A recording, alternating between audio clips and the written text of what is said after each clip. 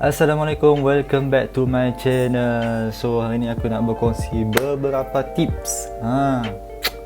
Memandangkan sekarang ni memanglah kita sangat-sangat stres kan, terutamanya orang yang bekerja, orang yang belajar, student dan sebagainya, mesti akan mengalami stres. Kadang-kadang kita tak dapat kawal kita punya perasaan ataupun emosi kita ni. So hari ni guys, aku nak share beberapa tips macam mana kita nak kawal perasaan marah kita.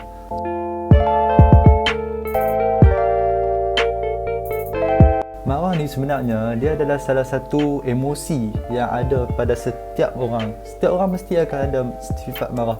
Cuma macam mana kita kawal kita punya perasaan marah tu supaya kita tak lebihkan kita punya emosi kita ataupun melayan kita punya perasaan kita. Sebabnya marah ni yang keterlaluan ni menyebabkan impact ataupun kesan berlaku pada diri kita, boleh menyebabkan image kita dan juga hubungan dengan orang lain jadi terjejas. Jom kita tengok macam mana kita nak kawal kita punya emosi marah kita ni. Okey, kebiasaannya marah ni adalah datang daripada sifat syaitan. Apabila kita terlalu ikut perasaan kita ni untuk marah, sebabkan syaitan ni suka dan lagi bertambah-tambah lagi naikkan emosi marah kita ni. Sebab itulah kita kena ambil satu step ni, iaitu baca istighfar ataupun a'udzubillah minasyaitonirrajim, supaya apabila kita baca tu, syaitan akan jauh ataupun lari daripada kita, menyebabkan kita rasa kuranglah sikit marah tu. Kena jauhi diri kita daripada sifat marah ni, kerana sifat marah ni dapat membinasakan diri kita, maki hamun orang, ambil step yang tak betul, bunuh diri, menyakiti orang dan sebagainya. Bila kita menyebut nama Allah ni, menyebabkan kita rasa tenang. Itu adalah salah satu kelebihan apabila kita mengingati Allah. Sentiasa ingat Allah, hidup kita insya-Allah akan semua tenang dan smooth. Yang kedua ni, kita rasa diri kita nak marah orang, kita cuba stop ataupun pause seketika, diamkan diri sekejap. Benda ni saya selalu buat. Kalau saya rasa macam saya nak marah, emosi kadang-kadang dia naik, rasa macam nak marah, tapi saya kawal dengan cara saya diamkan diri. Kadang-kadang orang akan tahu ataupun orang akan rasa oh dia ni macam marah. Dalam masa sama, kita punya muka ni walaupun kadang-kadang biasa je, tapi dia akan bertukar jadi muka marah. Kalau kita tak ambil step untuk rasa diri kita ni tenang seketika, ianya akan menyebabkan diri kita ni tak boleh fikir secara rasional. Kita akan buat tindakan yang tidak betul. Duduk seketika, diam, rasa tenangkan diri, kita cuba kawal tindak tanduk kita ni. Sedangkan Nabi SAW sendiri, dia mengajak kita supaya apabila kita rasa marah ataupun emosi kita tak dapat kawal, lebih baik daripada jadi baik dan juga diam. Bila kita buat demikian, kita duduk, kita tenang seketika, dia secara automatik kita meredakan perasaan ataupun emosi kita ni sendiri, dan menyebabkan kita dalam masa yang kita tenang tu, kita dapat fikir balik apa yang kita rasa dan kita boleh cuba kawal emosi bila kita nak cakap. Okey, untuk tips yang ketiga ni, macam mana kita nak kawal kita punya emosi marah adalah dengan kita tukar posisi kita. Okey, kalau contohlah seseorang tu dia tengah berdiri dan kemudian dia ada perasaan marah, emosi dia makin meningkat, apa yang dia perlu buat adalah duduk. Itu kalau berdiri. Kalau berdiri kena duduk, kalau duduk kena baring. Itu step yang diajak oleh Nabi SAW. Pasal apa Nabi SAW ni ajak kita cara macam mana kita kena tukar kita punya posisi ni? Sebabnya Nabi SAW ni ajak kita macam tu supaya kita ni merendahkan diri kita. So kalau kita berada di atas, kita kena turunkan kita punya diri kita ke bawah sikit, kemudian turun lagi ke bawah, supaya emosi kita yang sedang marah tu makin lama makin turun. Kalau lah tak boleh sangat, ambil wuduk.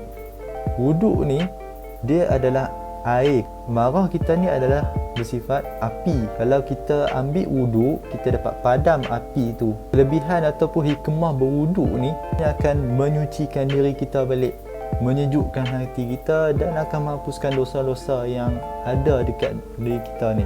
Yang seterusnya ni, jangan simpan dendam. Biasa kalau orang macam benda-benda yang dia simpan lama, dia nak luahkan. Bila dia nak luah, dia luahkan sekali dengan emosi marah dia tu sekali. Boleh kalau kita nak luahkan perasaan kita ni, tapi kena waktu kita betul-betul tenang dulu. Kemudian kita jumpa orang tu, kita rasa tak puas hati apa-apa. Jadi nak selesaikan masalah dengan baik ni adalah dengan cara kita berunding. Waktu yang tenang itulah adalah yang baik sekali kita luahkan kita punya perasaan, apa yang terbuku atau terpendam dalam hati kita ni. Makin lama kita pendam, makin lama lah kita rasa marah tu makin meningkat. Luahkan waktu kita tenang tu, luah sedikit. Apa yang rasa terbuku, tak puas hati apa-apa, luah sahaja. Tak pun cari kawan-kawan yang boleh dipercayai lah, yang tenang, relax. Kemudian kita sampaikan ataupun luahkan. Daripada kita luahkan tu juga, ada solusi daripada kawan kita tu sendiri. Bukannya kita luah dekat orang yang lagi bertambah sifat marah kat kita ni. Makin kita luah, makin kita rasa nak marah. Macam dia sendiri yang membuatkan lagi, menaikkan lagi sifat marah dia pun, menyokongkan lagi. Sebab tu kita kena cari kawan-kawan yang cool, tenang. Bila kita nak luahkan, of course kita akan rasa sifat marah tu sekali. Tips yang terakhir ni berapa dah? 5 kot. Tips yang kelima ni, kita tukar perasaan marah kita dengan solusi. Macam mana? Kita kena pasti masalah kita menyebabkan apa yang kita marah. Kita tukar kepada solusi. Sebagai contohnya, bilik anak-anak tak kemas, serabut. Nampak benda-benda yang macam tu menyebabkan kita rasa naik angin, nak marah. Macam biasa, mak-mak orang kadang-kadang macam tu. Mesti akan ada yang bising-bising nak marah apa semua tu kan. Sebaliknya kita cari solusi. Sebab apa yang mendatangkan kita ni makin stres, makin marah dengan orang yang sekeliling kita. Sebab kalau kita teruskan marah kita ni, kita menyebabkan tak ada apa-apa yang kita boleh baiki. Sebab tu kita kena cari solusi setiap daripada masalah yang kita hadapi tu. InsyaAllah setiap masalah pasti akan ada penyelesaian dia tu. Setiap penyakit pasti akan ada ubatnya sendiri. Jadi setakat itu saja perkongsian saya pada hari ini. Semoga bermanfaat. Jangan lupa follow Aizat For You channel di YouTube dan juga di Facebook. InsyaAllah saya akan share lagi tips-tips yang bermanfaat. Sebenarnya saya buat video bukanlah untuk peringatan semua saja, tapi peringatan untuk diri saya buat sendiri. Sama-sama kita baiki diri kita ni ke arah kebaikan. InsyaAllah doakan semoga kita semua dalam lindungan Allah dan sentiasa baiki diri kita ke arah yang lebih baik, insya-Allah.